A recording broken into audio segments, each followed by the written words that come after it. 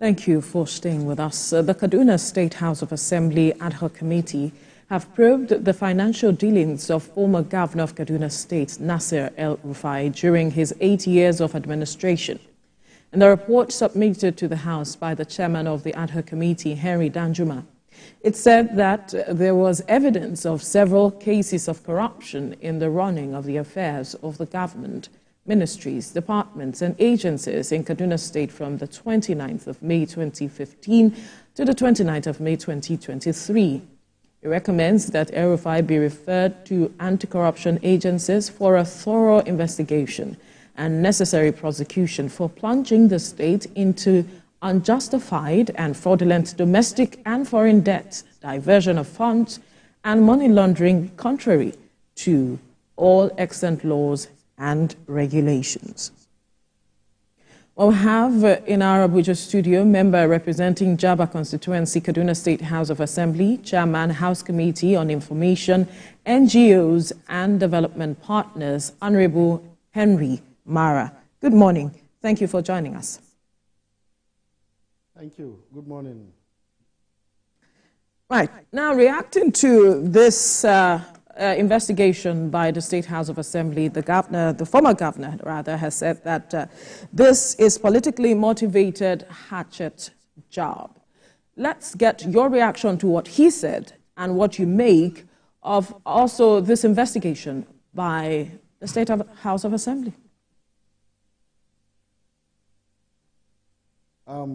It is quite unfortunate for whoever that is speaking on his behalf to have said that the probe is politically motivated. Besides, the sitting governor in the state is in the same party as the past government. So if he's politically motivated, to what end? What do they want to achieve? That's the question. What happened in Kaduna State, yes, what do they want? Because it cannot be politically motivated because they are all members of the same party. So why should they be fighting themselves? What has happened in Kaduna State is a simple case of reckless mismanagement of fund in a large scale, in such a manner where if you have the state at heart, you will have to ask questions. It is not, there is nothing political about it. And talking about politics, during the era of President Goodluck Jonathan, the same Malam Nasir El-Rufai who is crying politically motivated vendetta now, he made two statements about debt.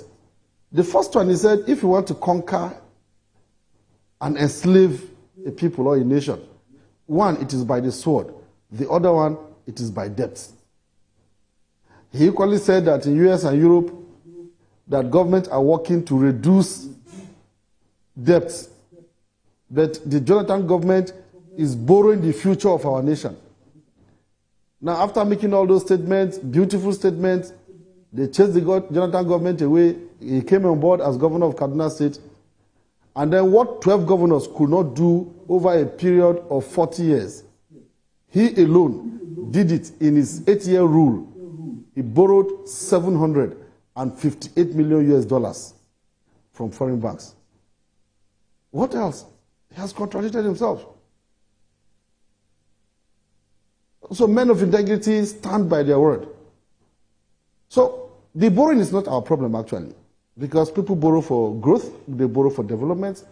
As a matter of fact, Lagos State has the highest debt burden in Nigeria, and they are doing very well. Our problem is, when you collected this money, what exactly where did you take the money to? Because some of the reasons why these monies were borrowed were not accomplished. And then you have left the state suffering and struggling to survive. So, of course, we should ask you, sir, the money you said you want to collect and do this project, we have not seen the project. You only did about 40% of this project. You know, there are so many, projects littering the state uncompleted. And to make matters worse, because of inflation, it will take us twice the initial amount of the contract, or even 3 times the amount of the contract to complete this job. And then this is a state that is equally struggling to pay salary as a result of trying to service this debt. The debt burden is too much in Kaduna State. And this is the same person when he came on board in 2015. there was zero domestic debt for him.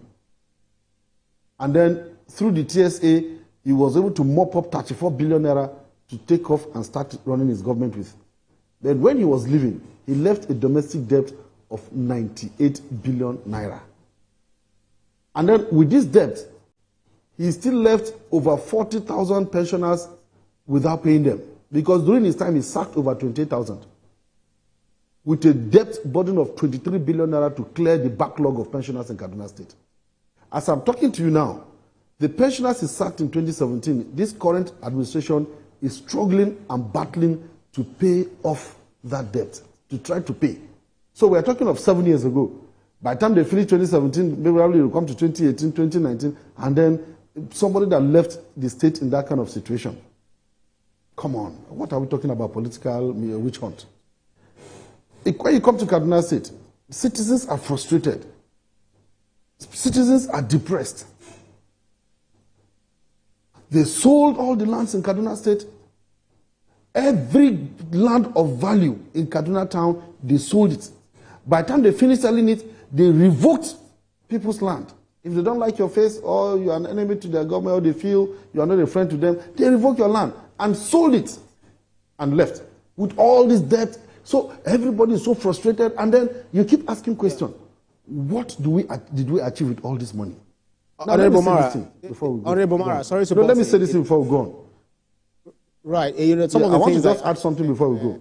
They're actually weighty allegations, and they need to be substantiated. But then, away from that, Mr. El-Rufai's media aide, Muyiwa Adekeye, said that the report, he described it as false and scandalous, claiming that they've actually not received a copy of this report. So if they have not received a copy of this report, because they claim, they said that they would be able to answer to all of the allegations raised in this report. So if they are not given a copy of this report, do you not feel that they've not been given a free hearing to be able to answer to some of these allegations?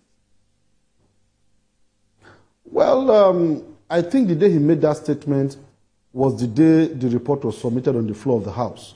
That was the same day he tweeted and said that it has not reached to them. I'm sure if the report is to be given to them by now, it should have gotten to them. So probably we'll reach out to him again and get to know. But the whole report is on the whole report is on air. There's nothing to hide. It's circulating everywhere. So to be fair to us, he cannot tell us now that he has not seen the report. He has seen them. But of course, what do you expect from them? You should expect that they will equally want to fight back. But figures don't lie. The documents are there. The documents are from their own government. They wrote the documents, they collected the money, they said we are going to use the money for so and so reason. And they did not do them. So I don't really know what they want to come and defend anyway. But, well, to be fair, they will come and equally defend themselves. Muyiwa has a case to answer. When you go through our report, you will see that a lot of things they did around KSMC in Kaduna State, he also has a case to answer. So besides his own boss, I think the law agencies will equally reach out to him to come and answer for some of the things they did, based on our reports that we submitted and based on the examinations and everything we conducted during his time in office. Now, I want to say this. This thing has no political undertone. It is a call for accountability. Because when you write that you want loan to execute so and so, for instance, they borrowed $62 million US in the name of reaching out to out-of-school children. What have they done concerning that? Well, they built 6 schools in Kaduna State, 6 science secondary schools, but definitely the $62 million, that you cannot tell me that it's only 6 schools you can build with that. And then after that, what else? So there are a lot of things that are left unanswered. Where did you go with the remaining money? What did you do with the remaining money? Because there's never a time we see that they mop up out-of-school children and conduct any kind of program for them. Now, let me give you this shocker, sir. In the 8-year rule of the administration of Malam Nasir El-Rufai, he was able to rake in 2.4 trillion naira, 1.5 came from FARC, IGR, and other monies, and then he borrowed over slightly above 900 billion naira put together. Now, with 2.4 trillion naira at his disposal, and our salary margin in Kaduna State is in the region of 5.2 to 5.5 billion, an average of 70 billion naira annually. So when you multiply that 70 billion times the 8 years he spent in office, that is just about 560 billion. So what it means invariably is that they had 1.8 trillion to drive development and growth in Kaduna State. Come on. Just take a tour. You're a journalist. Come to Kaduna, go around the streets, get this document, see what they say they'll use the money for, and see for yourselves if this project were actually executed. There is never a time a government was probed in Kaduna State. There are some level of mismanagement you can just ignore, not to waste government money to start conducting any research, but there are some you cannot but ignore. So we are not, judging them or anything. We have questions for them to answer. We have submitted our reports to relevant agencies and authorities. Whenever they are called upon at that point, even if they don't have it, when they call them, they will give them the document to study. Let them come and tell us why they did what they did. Thank you. The House came to give testimonies on oath with regards to all that you are saying, talking about the projects that were said to have been carried out, the monies that were borrowed. Perhaps give us an insight into what they said in specific terms to some of these things, because the former governor's aide has also spoken to that regard, saying that it seems like some of them did not know that this was what it was going to be at the end of the day. You are coming to face a committee that is to probe your activities in office, and you said you don't know what it is. They never expected that the same party they belong to, or the same government that they formed the same party with, will come and ask them questions on all these things. And probably that's why they did not tidy up or clear their tracks. They never expected that, even for once, this government would say, oh, come, let's see what you have done. They thought that was all. So, but you see, if you have the state at heart, if you have Kaduna State at heart, honestly, you cannot keep quiet over the large-scale fraud and recklessness, financial recklessness that took place in that administration. You cannot. So, everybody, of course, we invited all of them. They came, except for Mrs. Dolapo Pokpola, whom we cannot even know, we don't even know where she is. She's the only one that did not come to account for her stewardship in the office, based on the activities that they carried out there. But even Muyiwa himself came. Jimmy Lawal was there. All of them, they came. But of course, nobody will come and tell you that, yes, he took this or he didn't take that. No, they won't tell you that. But you see, records don't lie. For instance, they hired consultants to help them with the project monitoring and evaluation. They hired these consultants. Now, when we called these consultants to come, they came with valuations of projects of what they gave. These consultants put together, valued various projects, for instance, 60-something billion naira. I can't quote the figure exactly.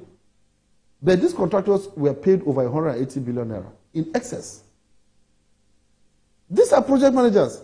So they said, no, at the level of this job, this is what they should have gotten. At the level of this job. So this is how we were able to mop up this fund, mop up these things, and say, okay, for those of you who were overpaid, come and return your money, since you did not take your job to the level you are supposed to take it to.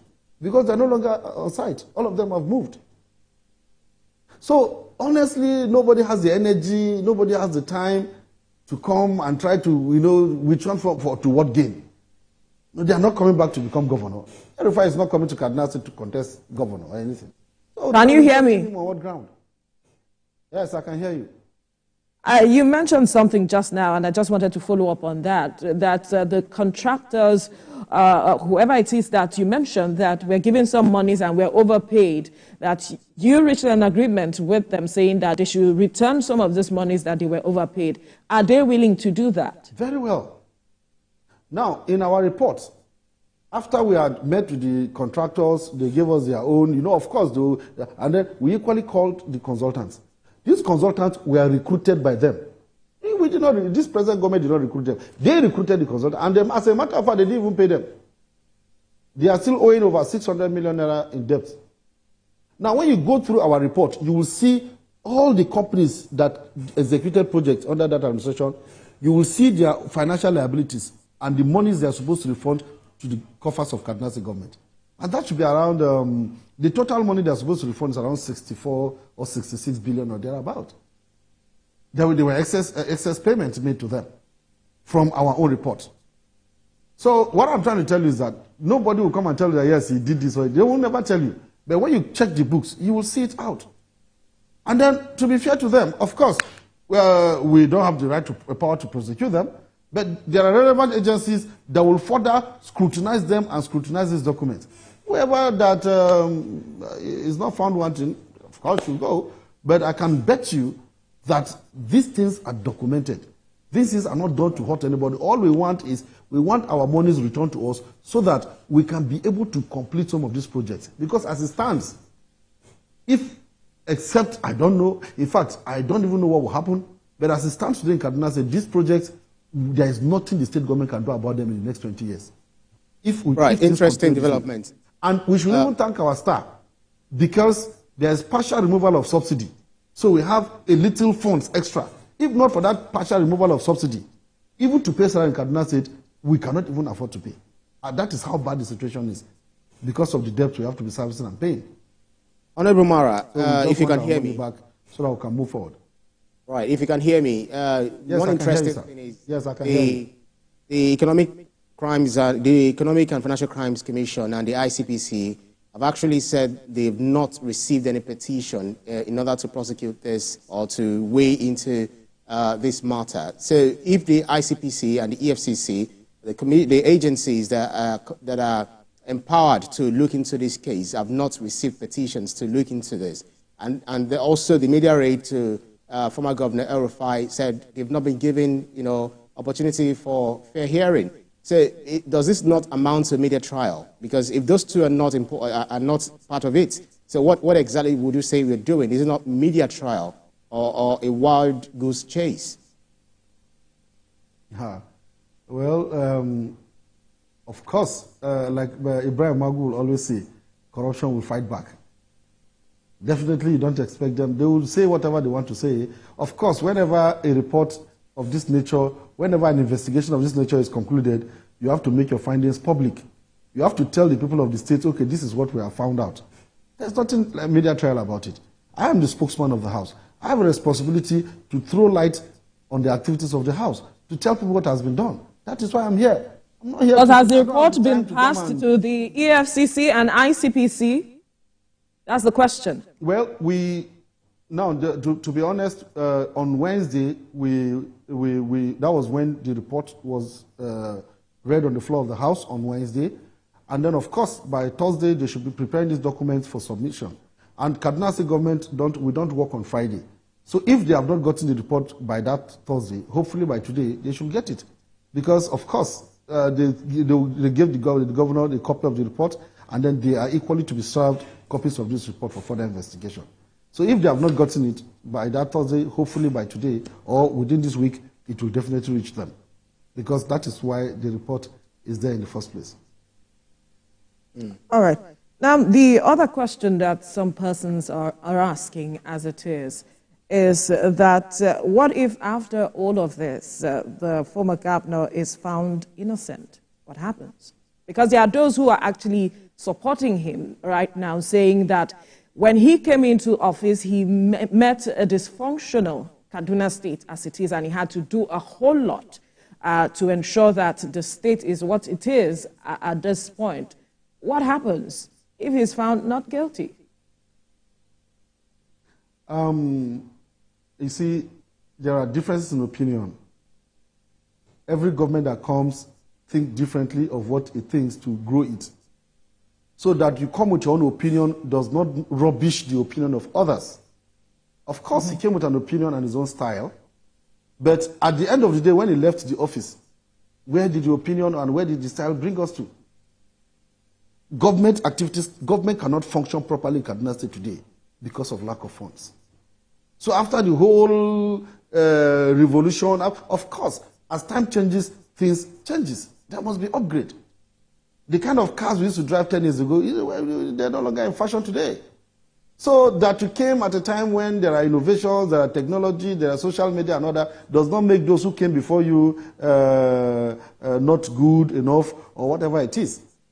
Now, with everything he came on board with, where are we today? We are struggling to survive. We are not growing.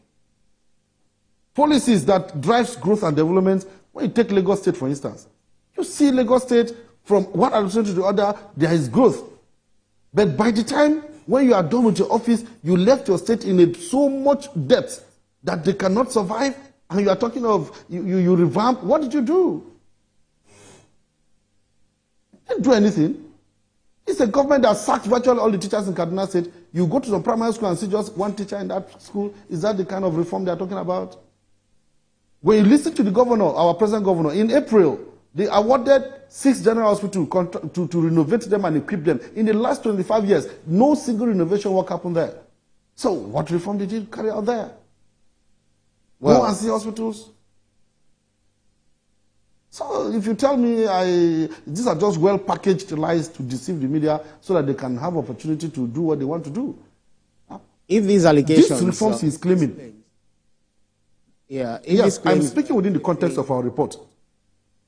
That's right. If these claims were anything to go by, the allegations of siphoning, public funds and all of that by the administration of Governor Nasir El-Rufai, would it be proper to lay it at the doorstep of the governor, owing to the fact that he wasn't the only one who ran the administration? Of course, he was the captain, but have you tried to speak with some of the officials of his own government?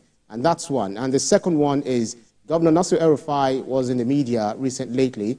He actually met with the SDP, the SDP party, related with them, and then it's rumored that he's trying to position himself for the 2027 presidential election. So do you think that this report, without prejudice to whatever findings the House has made, do you feel that it's driven by genuine concerns or political vendetta?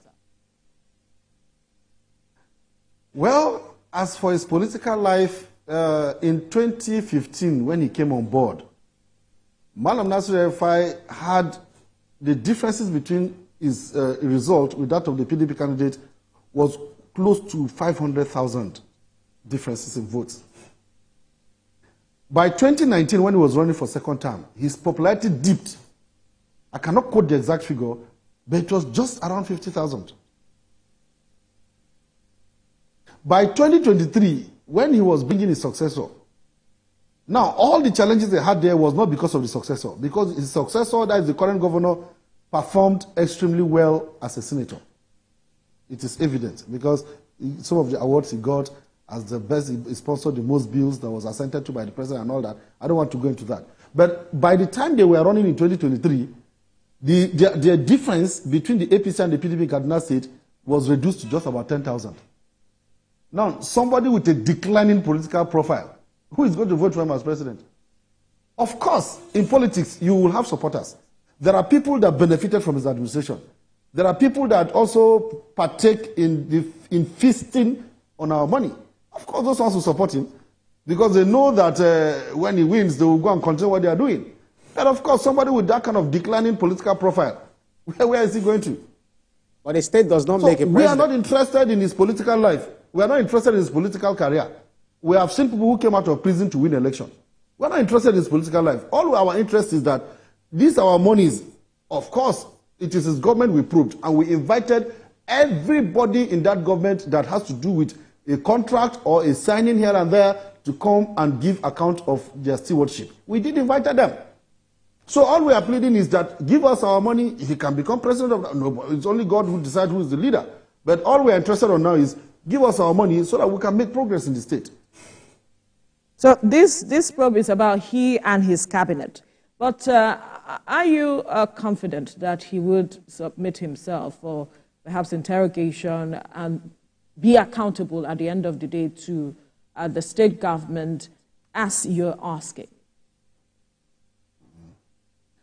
Well, like I've always said, to be fair to him, it is very likely he's not aware of the fraud or the recklessness that took place during his time.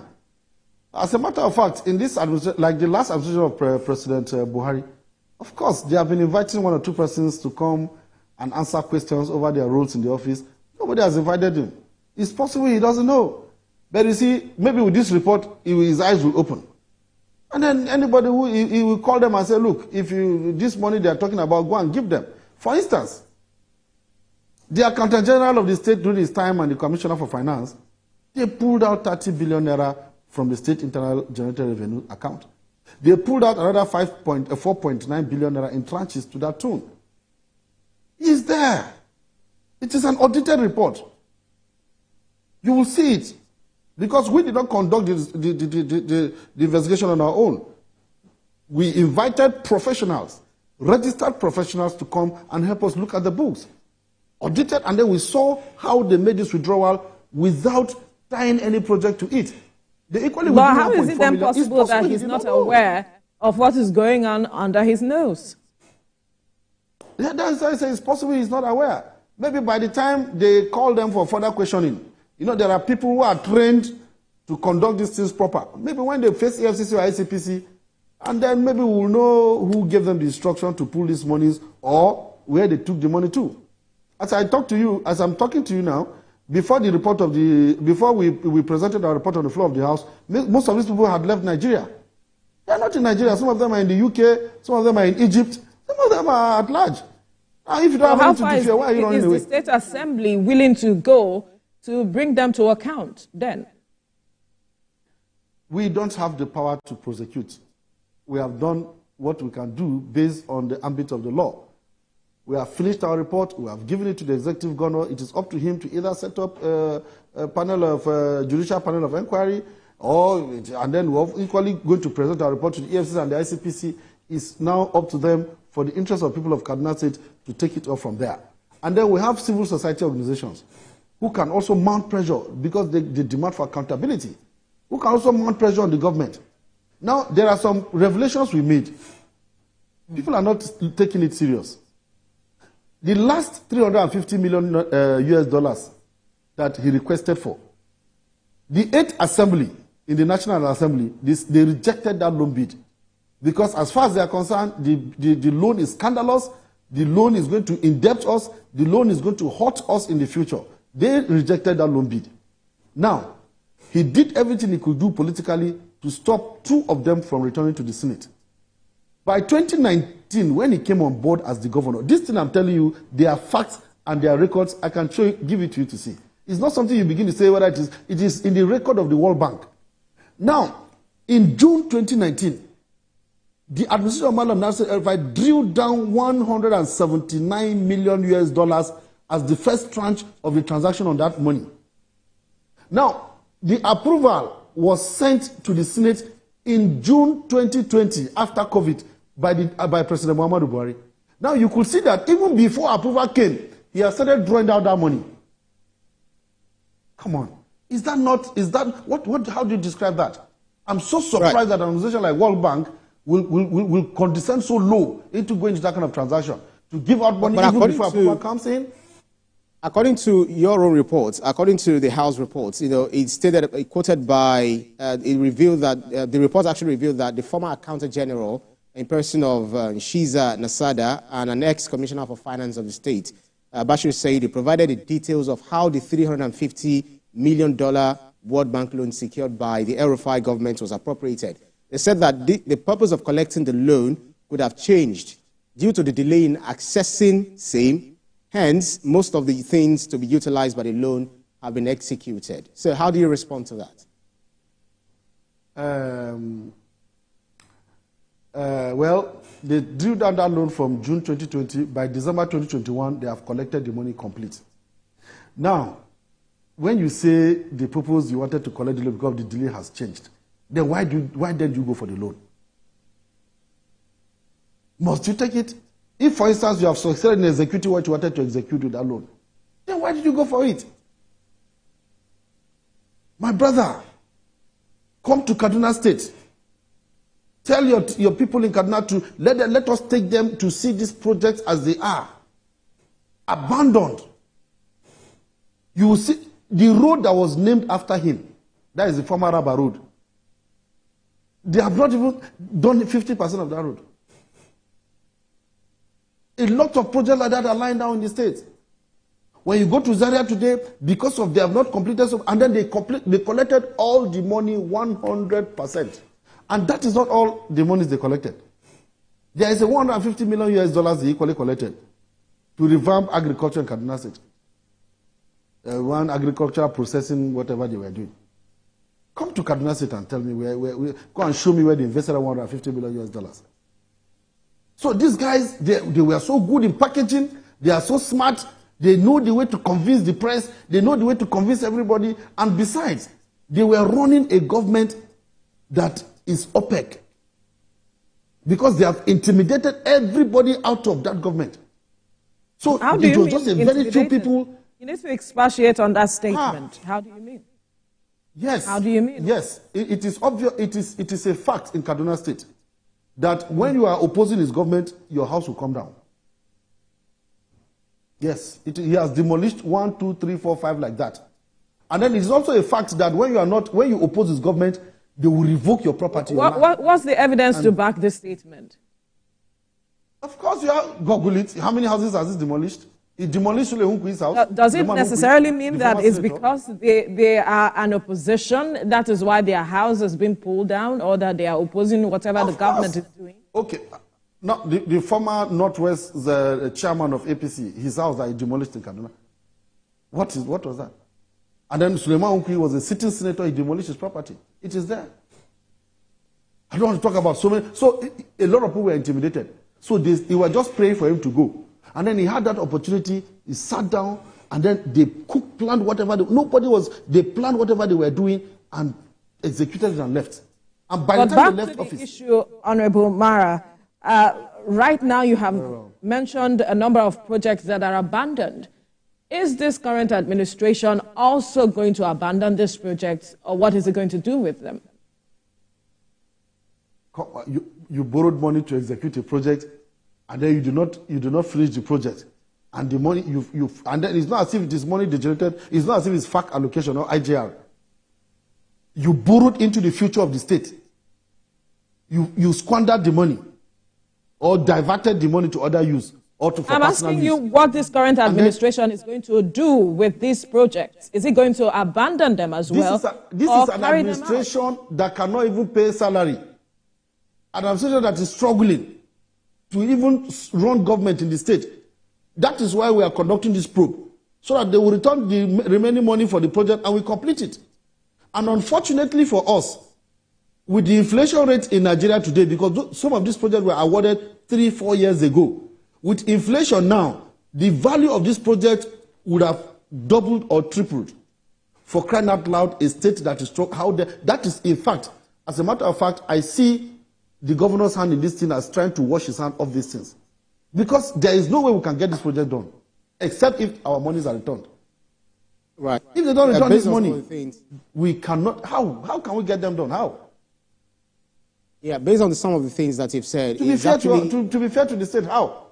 Honorable Marah, looking at some of the things that you've said, yes, sir, it's actually somewhat confirming what the opposition are saying, those in support of Madam Nasir El-Rufai, saying, because if you look at what is happening in the country, happening nationwide, they're saying that governors of most of the states in Nigeria are not creative, in terms of identifying areas of loopholes and also areas where they can generate enough revenue in order to cater to the welfare of their citizens. Is this to say that it's an opportunity, an escapism for the Kaduna State government in order to call a dog a bad name so as to evade, rendering quality governance, for the people of Kaduna State instead of having to chase after the former governor?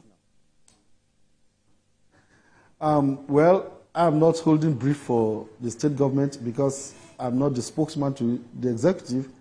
I'm rather the spokesman to the House of Assembly. But if he had come on a level playground like other state governors who don't have this kind of debt hanging on their neck, of course, you will also make efforts to generate revenue or create, like for instance now, if the money is the previous government borrowed, if they had put it into use, like all those agricultural processing zones, all these roads, networking, and all that transportation system they collected money for, if they had put all these things into use, the economy of Kaduna State would have improved and probably would have had more money. But this project, none of them is even completed. So if you say they don't want to generate money, well, I don't know their plans on that, but I must be honest with you, Kaduna State situation is a peculiar situation. All right, and that's a fine place to leave this conversation. Honorable Marah, we can only hope that we get to hear more from the side of the former Governor El-Rufai with regards to this issue. But we must thank you, member representing Jaba Constituency, Kaduna State House of Assembly, Chairman, House Committee on Information, NGOs, and Development, as it is, Honorable Henry Marah. Thank you so much for your time. Thank you very much. Right. But this is where we'll draw the curtains on the program for today. Let's tell you that the views and reactions of all our resource persons are theirs and have no connection with TVC.